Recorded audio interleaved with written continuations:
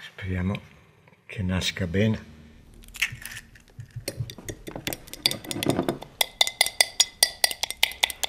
Ci vorrà un po' di tempo.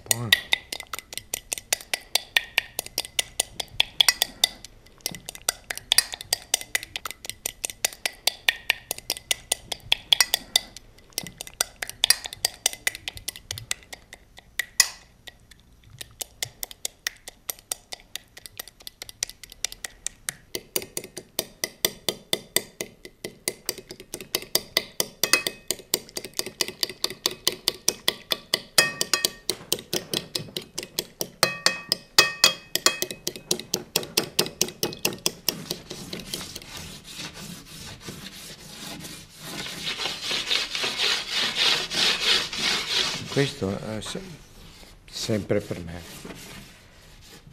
È importante perché cominci già dalla base del letto, cominci ad accarezzare e a creare la creatura che dopo dovrebbe essere il quadro.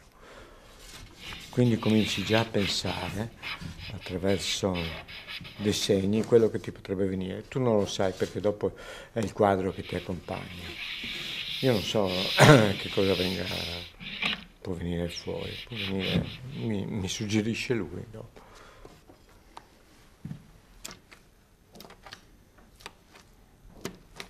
Il quadro è molto severo con la persona che li fa, non scherza mica, risponda.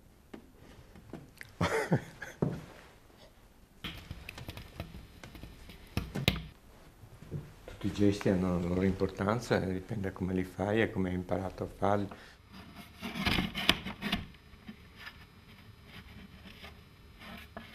E la tecnica è molto importante perché è una maniera di pensare.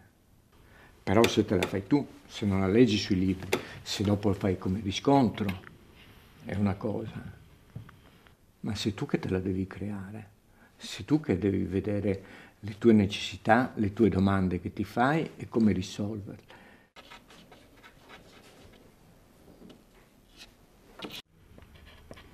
Venezia è maestra di vita e quindi ti insegna parecchie cose.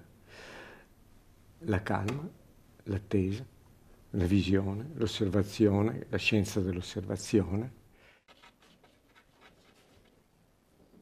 Quindi tutti i riflessi, tutte le pietre, tutte le cose che possono essere degli specchi dell'anima che Venezia ti dà, ti propone, e che se poi tu sei pronto, li accetti, li elabori e poi filtrandoli crei la tua personalità, che però i quadri dopo, quando li cominci, ti prendono, perché anche Venezia non scherza, puoi violentarla, fare tutto quello che vuoi, però è sempre lì. Venezia dura e spero che gli uomini che la stanno moriranno prima.